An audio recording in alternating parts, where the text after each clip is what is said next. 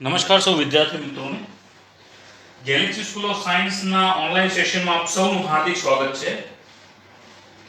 Last લેક્ચરમાં આપણે dimensional formula એટલે કે પારિમાણિક સૂત્રો કઈ રીતે મેળવી શકાય એ પારિમાણિક સૂત્રો મેળવવાની રીત અને સાથે સાથે આપણે સૌએ અમુક ઉદાહરણો જોયા હતા કે પારિમાણિક સૂત્રો આ જે ભૌતિક રાશિ છે એમના શું થઈ શકે છે. હવે પારિમાણિક સૂત્ર જે છે ડાયમેન્શનલ ફોર્મ્યુલા એના ખાસ કરીને ઉપયોગો શું, કઈ રીતે આપણે એનો ઉપયોગ કરી શકીએ છીએ તેના પર ખાસ ધ્યાન આપીએ. બે એમાંથી પહેલો ઉપયોગ જે છે એ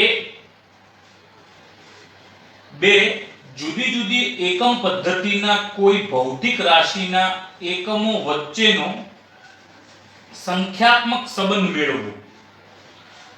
એટલે કે દાખલા તરીકે આપણા પાસે કોઈ પણ એમકેએસ પદ્ધતિમાં કોઈ સિસ્ટમ આપેલી હોય અને એને સીજીએસ પદ્ધતિમાં ફેરવવાની હોય તો આપણે એને કઈ રીતે ફેરવી શકીએ છીએ તે આપણે જોવાનું છે.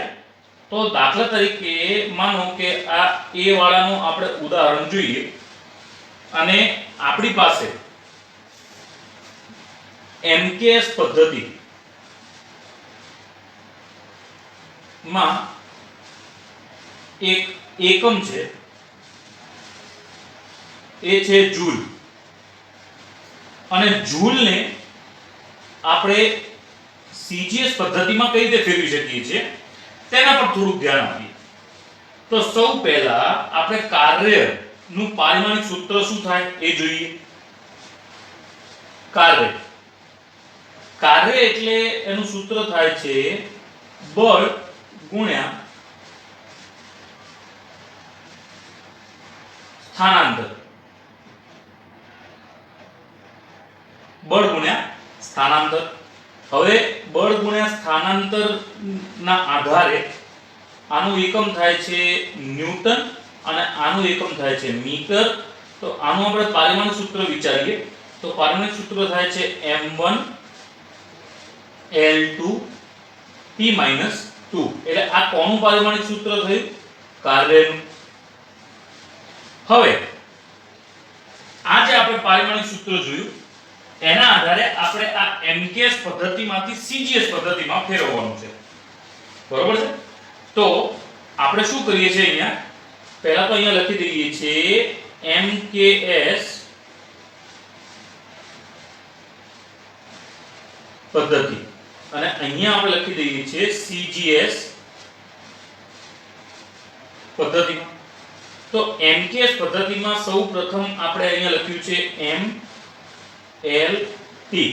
અહીંયા આપણા પાસે mlt માં જે પણ કિંમત હોય એના આધારે તો અહીંયા આપણા પાસે છે કિલોગ્રામ, અહીંયા છે મીટર અને અહીંયા છે સેકન્ડ. તો કિલોગ્રામ, મીટર અને સેકન્ડ એને સીજીએસ પદ્ધતિમાં કઈ લખાય તો કિલોગ્રામ નું થાય છે ગ્રામ. એટલે આપણે એને અહીંયા લખી શકીએ છીએ 10⁻³ m માં. એટલે આ થયું ગ્રામમાં. આ પહેલા m જે હતું એ કિલોગ્રામમાં હતું, 10⁻³ ગ્રામમાં થયું. એટલે 1 કિલોગ્રામ બરાબર 10⁻³ ગ્રામ. પછી આપણે વાત કરીએ છીએ l એટલે કે મીટરમાં. તો હવે આપણે વાત કરીએ છીએ 10⁻² l એટલે કે આ છે સેન્ટીમીટરમાં. એટલે કે પહેલું જે છે એક મીટરમાં છે, મીટરમાંથી આપણે સેન્ટીમીટરમાં ફેરવી રહ્યા છીએ. પછી આપણી પાસે છે સેકન્ડમાં. તો આમાં આપણા પાસે આ જે કિંમત છે એ સેકન્ડમાં જ આવે છે. બરોબર? સમયની વાત કરીએ તો એ આપણા પાસે સેકન્ડમાં જ છે. એટલે પહેલું જે છે એ છે એમકેએસ પદ્ધતિ અને બીજું જે આપણા પાસે આપેલું છે તે છે સીજીએસ પદ્ધતિ. તો એમકેએસ માંથી સીજીએસ પદ્ધતિમાં ફેરવીએ છીએ. હવે અહીંયા આ જગ્યાએ આપણે શું લખીએ છીએ m⁻⁴ l⁻² અને t⁻². હવે આ આપણા પાસે અહીંયા જે આ કિંમત છે એના આધારે અહીંયા લખી દઈએ. એટલે કે અહીંયા આપણા પાસે છે 10⁻³ m. અહીંયા m ની ઘાત શું હતી 1. એટલે આ કુલ બ્રેકેટ બનાવવાનું અને એની ઘાત 1. પછી આપણે વાત કરીએ છીએ l ની. તો અહીંયા l ની ઘાત 2 છે તો l ની ઘાત 2 અને એની ઘાત પણ 2. આ l 10⁻² અને પછી l ની ઘાત 2 એટલે આખી 2 થઈ અને પછી આપણે વાત કરીએ છે t તો t રેઝ ટુ -2 એની ઘાત 0 હતી એટલે એની ઘાત 0 એટલે 1 થઈ જાય બરોબર છે એટલે t રેઝ ટુ -2 એટલે આ -2 અહીંયા આવશે સોરી આ 0 થઈ જશે 10 ની 0 સોરી 10 ની 0 બરોબર તો હવે આપણે શું કરશું આને ખાલી ગુણાકાર કરી દઈશું તો 10 ની 3 m આ થયું 10 ની 4 l અને આ થયું 1 p આ બધી 10 ની ઘાત જે છે એને સોલ્વ કરી દઈએ તો 10 ની 7 m l p એટલે m1 l2 t - 2 m1 l2 t - 2 એટલે આ જે આપણા પાસે કિંમત થઈ એ થઈ CGS માં અને આ જે m1 l2 t - 2 થી આ થઈ આપણા પાસે MKS માં તો આ CGS માં પદ્ધતિ હતી અને આ બાજુ આપણા પાસે જે પદ્ધતિ આવી એ MKS માં તો વાસ્તવિક રીતે તમને ખબર હોય તો તમને ખ્યાલ હશે કે 1 જૂલ બરાબર 10 ની 7 અર્ગ જે છે એ કાર્યની CGS પદ્ધતિની એકમનું નામ છે દાખલા તરીકે આની આ બીજી વસ્તુ તમને કહું તો તમે એક હોમવર્ક માટે તમે એવું કરી શકો છો કે 1 ન્યૂટન બરાબર 10 ની 5 ડાઇન આવું થાય 1 ન્યૂટન બરાબર 10 ની 5 ડાઇન આવું તમે CGS માં 9મા ધોરણમાં ભણેલા છો રાઈટ તો આ 1 ન્યૂટન છે એના આધારે અહીંયા MKS પદ્ધતિ લખવાની પછી CGS પદ્ધતિ લખવાની પછી જે પ્રમાણે ઘાત આવતી ઘાત એપ્લાય કરવાની આની ઘાતમાં કઈ રીતે તમે એને સોલ્વ કરી શકો છો તે જોવાનું હું તમને આનું સિમ્પલ ફોર્મ બતાવી દઉં આનું ફોર્મ થાય છે m1 l1 t - 2 બરોબર તો અહીંયા આપણે જે પ્રમાણે લખીએ એ પ્રમાણે જોવા જઈએ તો 10 ની 3 ઘાત m l રેઝ ટુ 1 પછી 10 ની 2 ઘાત l રેઝ ટુ 1 એટલે હોલ રેઝ ટુ 1 અને 10 ની 0 ઘાત t રેઝ ટુ -2 એટલે અહીંયા 10 ની 3 ઘાત ગુણ્યા 10 ની 2 ઘાત m1 l1 t - 2 એટલે આ કુલ જવાબ થયો 10 ની 5 m1 l1 t - 2 અને આ થયું આપણા પાસે જવાબ એટલે 1 ન્યૂટન બરાબર 10 ની 5 ડાઇન આ જવાબ થાય છે તો આ પદ્ધતિ હતી પહેલા નંબરની પદ્ધતિ હવે આપણે નેક્સ્ટ જોઈએ છે બીજા નંબરની પદ્ધતિ શું કહે છે કે ભૌતિક એક મિનિટ કંઈક મારે લખવામાં ભૂલ તો નથી હા શું છે કે ભૌતિક રાશિમાં સંકળાયેલા સમીકરણની યથાર્થતા પારિમાણિક વિશ્લેષણ વડે ચકાસવી એટલે કે પારિમાણિક સમીકરણ આપેલો હોય એનો ઉપયોગ કરી ભૌતિક વિજ્ઞાનના કોઈ પણ સમીકરણ યથાર્થ તપાસવા એટલે કે એ સમીકરણો સાચા છે કે નહીં એ કોના દ્વારા આપણે તપાસી શકીએ છીએ તો એ આપણે પારિમાણિક સૂત્ર દ્વારા તપાસી શકીએ તો એ જ રીતનું એક સૂત્ર છે જે તમે આગળ નેક્સ્ટમાં ભણશો અને એ સૂત્ર જે આપણે જોઈએ છે એ છે કેન્દ્રગામી બળનું એ સૂત્ર જે છે એ છે કેન્દ્રગામી બળ આપણે બી નંબરનું સોલ્વ કરી રહ્યા છીએ તો કેન્દ્રગામી બળમાં આપણે જોઈ શકીએ છીએ કે F mv²/r આ પ્રકારનું સૂત્ર છે હવે મને ડાઉટ છે કે આ સૂત્ર જે છે એ સાચું છે કે ખોટું છે એ આપણે જોવાનું છે બરોબર આપણે શું જોવાનું છે સૂત્ર સાચું છે કે ખોટું છે તો પહેલા ડાબા હાથને વાત કરીએ તો LHS માં આપણા પાસે F આપેલું છે F એટલે ન્યૂટન તો હમણાં જ આપણે જોયું હતું ન્યૂટનનું કે ન્યૂટનનું જે પારિમાણિક સૂત્ર થાય એ શું થાય છે m1 l1 t - 2 તો આપણે અહીંયા લખી દઈએ છીએ m1 l1 t - 2 હવે RHS એટલે લેફ્ટ હેન્ડ સાઈડ ની વાત કરીએ તો લેફ્ટ હેન્ડ સાઈડ માં આપણા પાસે છે mv²/r હવે mv²/r જે છે તો પહેલા આપણે વાત કરી લઈએ m ની પછી આપણે વાત કરી લઈએ v ની જેને હોલ એટલે કુલ વર્ગ છે અને ભાગાકારમાં r છે જે અંતર આપેલું છે તો m નો મતલબ એમ થાય છે કે દળ એટલે કે કિલોગ્રામ પછી છે વેગ એટલે મીટર પ્રતિ સેકન્ડ અને એનું વર્ગ અને ભાગાકારમાં આપેલું છે r જેનું છે મીટર બરોબર છે તો આ રીતનું થયું. હવે આનું આપણે પારિમાણિક સૂત્રના આધારે વાત કરીએ તો આનું પારિમાણિક સૂત્ર કિલોગ્રામ થાય છે m જેની ઘાત છે 1 v એટલે કે એનું પારિમાણિક સૂત્ર છે L1 t-1 અને એનું પારિમાણિક એની ઘાત છે 2 અને ભાગાકારમાં છે આપણા પાસે m એટલે કે મીટર જેનું પારિમાણિક સૂત્ર છે આપણા પાસે L1. આ બધું સોલ્વ કરી દઈએ તો m1 અહીંયા છે આપણા પાસે L2 અને અહીંયા છે t-2 upon L1. આ L1 ઉપર જાય એટલે m1 L1 t-2. હવે આ તમે જોઈ શકો છો અને આ જોઈ શકો છો આ બંને સાચા છે એટલે આ આપણા પાસે જે પણ કોઈ સૂત્ર આપ્યું છે તે સૂત્ર સચોટ છે એવું આપણે કહી શકીએ. બીજું એક સૂત્ર છે કે જે તમે કહી શકો છો કે v² - u² બરાબર 2as.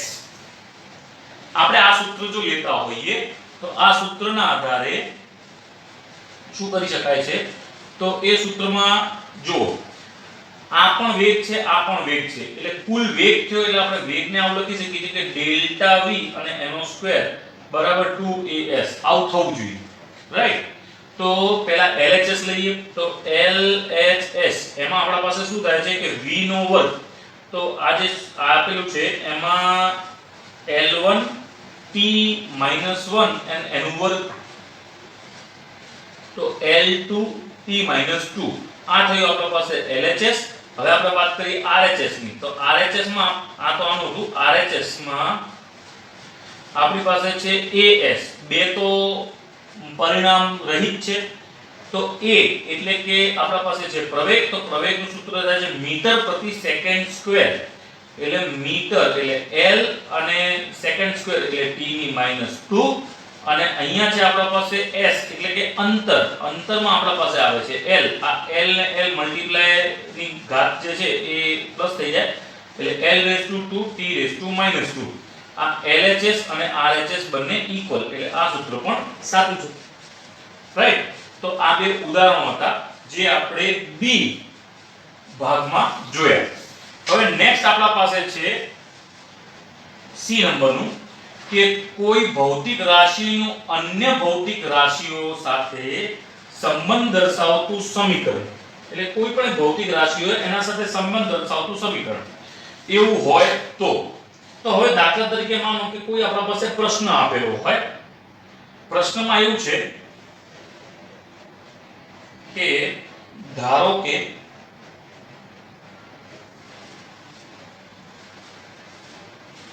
સાદા લોલકના આવર્તકાળનું સમીકરણ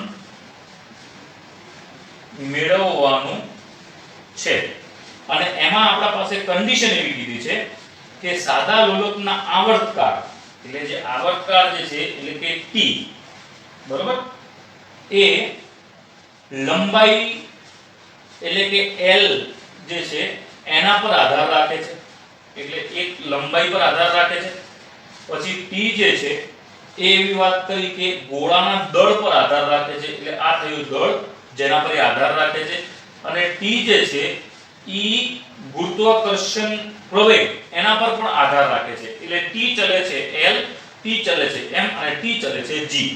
આ રીતે આધાર રાખે છે. હવે આપણા પાસે જે પણ આધાર રાખે છે આવી જાય તો એની ઘાતમાં આપણે વિચારવા માટે લઈ લેવાનું a b અને c બરોબર છે મિત્રો. હવે જ્યારે આપણે એને સોલ્વ કરતા હોઈએ ત્યારે t ચલે છે L m b અને g c આ પ્રકારની વાત થઈ એટલે શું થાય t ચલે છે k m L b અને g c સોરી આ ભૂલ થઈ ગઈ m b L a g c ગયું. હવે આમાં આપણે જે k મૂક્યો ઈ આ ચિહ્ન હટાવો એટલે એક આપણે સમપ્રમાણમાંનો અંક અથવા તો એનું કોઈ અચળાંક મૂકવો પડે બરોબર. હવે અહીંયા જે આપણા પાસે ભૌતિક રાશિઓ આપેલી છે તે ભૌતિક રાશિના પારિમાણિક સૂત્રો લખી અને સોલ્વ કરવાનું. કઈ રીતે સોલ્વ કરશું? તો આ છે આપણા પાસે t, તો t નું પારિમાણિક સૂત્ર થાય છે m0 l0 t1, બરોબર. અને આપણા પાસે આ જે m એટલે કે દળ જેની ઘાત છે b, m એટલે કે દળ જેની ઘાત છે b, તો આપણે m નું શું થાય? તો m નું થાય માસ, આ તો મીટર શું છે? આ m એટલે દળ ઉપર ચાલે છે, બરોબર. તો આ દળ જ છે, તો એમાં થશે m ની ઘાત 1 એની ઘાત b, પછી આપણા પાસે છે l એટલે કે લંબાઈ, તો એ છે કેપિટલ L l1 એની ઘાત a, અને ત્યારબાદ છે આપણી પાસે ગુરુત્વાકર્ષી પ્રવેગ એટલે પ્રવેગ, તો m0 l1 t - 2 અને એની ઘાત c.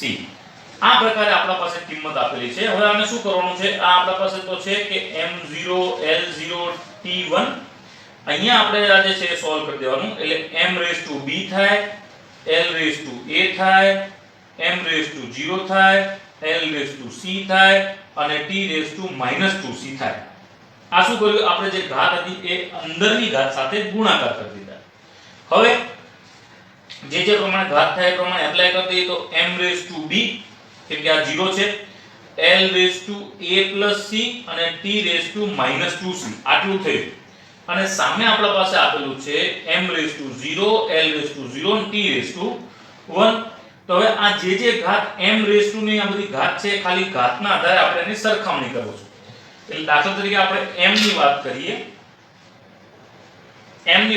તો m ની વાત કરતા શું થાય કે b = 0, આટલું મળી ગયું પૂરું. ત્યારબાદ આપણે શું કરીએ છીએ કે l ની વાત કરીએ, તો l માં આપણને શું મળે છે કે a+c = 0, બરોબર. અને t ની વાત કરીએ, તો t ની કિંમત આપણને શું મળે છે કે -2c = 1, એટલે c ની કિંમત શું મળી? -1/2.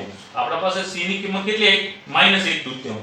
હવે આ -1/2 ને આપણે આ સમીકરણમાં મૂકી દઈએ, તો a - c = 0, તો a ની કિંમત આવી આપણા પાસે 1/2, એટલે આપણા પાસે આ બે કિંમત આવી, c ની ઘાત 1/2 અને a ની ઘાત 1/2. તો અહીંયા આપણે c જે છે એ આને લીધું હતું અને a આને લીધું હતું, તો આપણે શું કરી શકીએ? એની ઘાત આપણે એપ્લાય કરીએ, એટલે t ચલે છે, આની ઘાત તો 0 છે એટલે આ તો જતું રહે, તો t ચલે છે એવું લખી શકાય. શું લખી શકાય? t ચલે છે l⁻² અને g⁻². આ માઈનસ છે, નીચે જાય તો પ્લસ થઈ જાય, એટલે t ચલે છે l/g(1/2). આવું થાય, બરોબર છે. હવે આપણે જે આ છે એ સમીકરણોને સોલ્વ કરીએ, તો t ચલે છે એટલે ચલે છે ના જગ્યાએ તમે આમાં પણ મૂકી શકો છો, આ k ના સાથે બરાબર k m⁴0 અને l/g(1/2).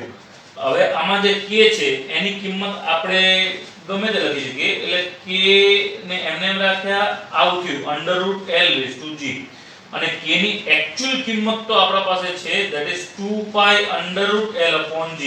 એટલે આપણે શું કર્યું? આપણા પાસે જે પણ માહિતી આપેલી હતી એ માહિતીના આધારે આપણે એક સમીકરણ બનાવ્યું, બરોબર છે. આપણા પાસે જે પણ કોઈ માહિતી આપેલી હતી અને એ માહિતીના આધારે આપણે શું બનાવ્યું? સમીકરણ બનાવ્યું, અને એ સમીકરણના આધારે આપણે આમાં સોલ્વ કરી શકીએ છીએ, બરોબર છે મિત્રો. તો આ એક વસ્તુ હતી કે જેને આપણે કઈ રીતે સોલ્વ કરી શકીએ છીએ. અમુક આની મર્યાદાઓ પણ છે, પણ તે હું તમને નેક્સ્ટ લેક્ચરમાં કહીશ. Thank you so much. તમારી કસોટીની જે પણ છે એ તૈયારી કરતા રહેજો. Thank you.